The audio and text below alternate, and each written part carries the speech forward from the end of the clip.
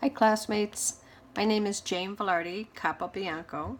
I'm married and I have one daughter, 16. My last name, Capobianco, means whitehead in Italian. My husband was born and raised in Teggiano, Italy. He migrated approximately 30 years ago, coming over to the United States. And my maiden name is Velarde, and it has ancestry from Rome and Naples, Italy.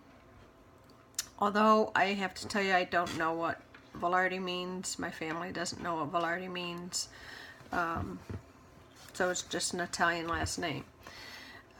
You might wonder why I have an American first name, being Jane. And the reason for that is because when my mother was raised, she had an Italian first name, Maria. And when she was going through school, she was made fun of because she was, through her first name, they related her to being Italian. So they made, at that time, it wasn't, not that it's cool to be an Italian, but Italians were looked at in a derogatory way, so they made fun of her and her brothers and her sisters.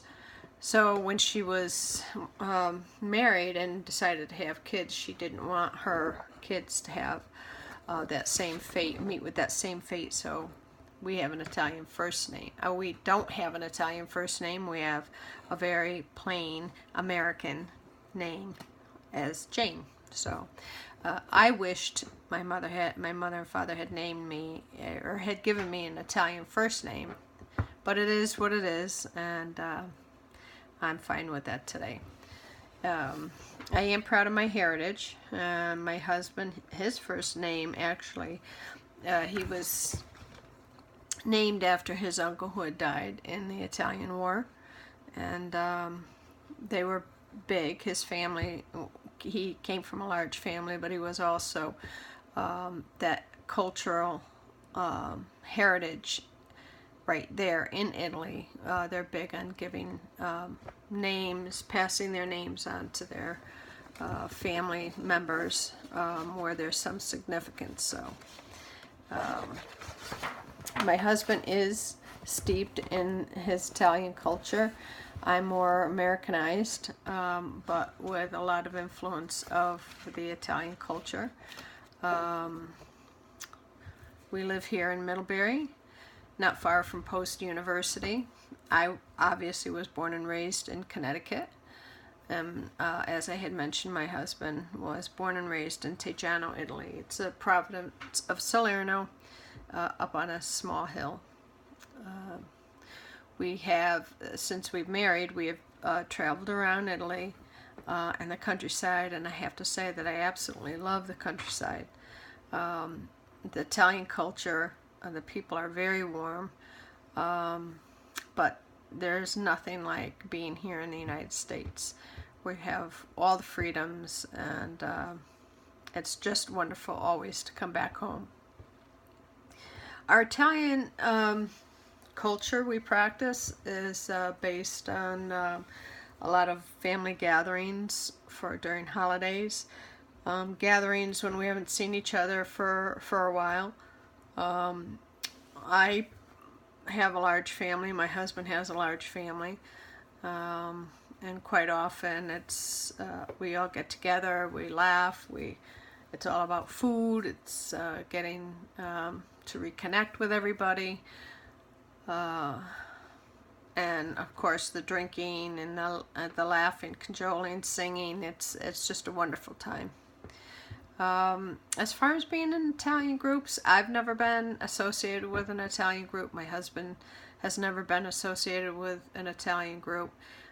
He does have some family members here, and he has a lot of friends that are Italian, so probably, that would be considered a group, his group in an informal way. And I've never had any desire to belong to any Italian groups. Getting on to my major. I'm a human services major, getting my bachelor's, going back to school for the first time in a long time. I'm 58 years old, and I have to say that I'm thrilled to be back in school.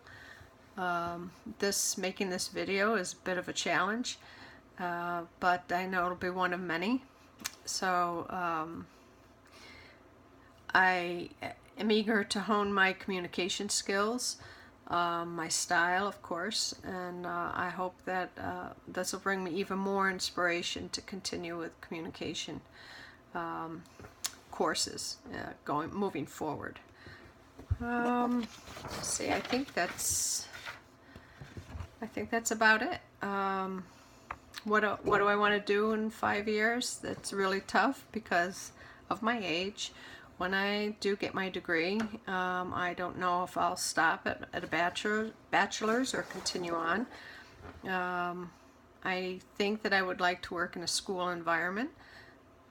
I worked in a school environment by volunteering when my daughter was in lower and middle school, and I really enjoyed it. I enjoyed the youth, I enjoyed their energy, the dynamics that were happening there. So I think that I probably would like to do that if they would have me. So all that remains to be seen. But my purpose isn't for getting my degree. Really is not to, so much to go to work and get a great paying job. It's more about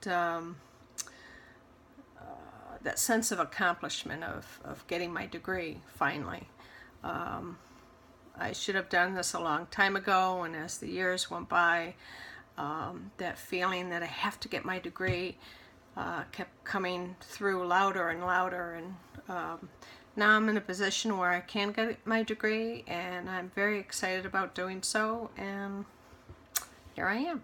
Thank you for listening, and I welcome any comments. Bye now.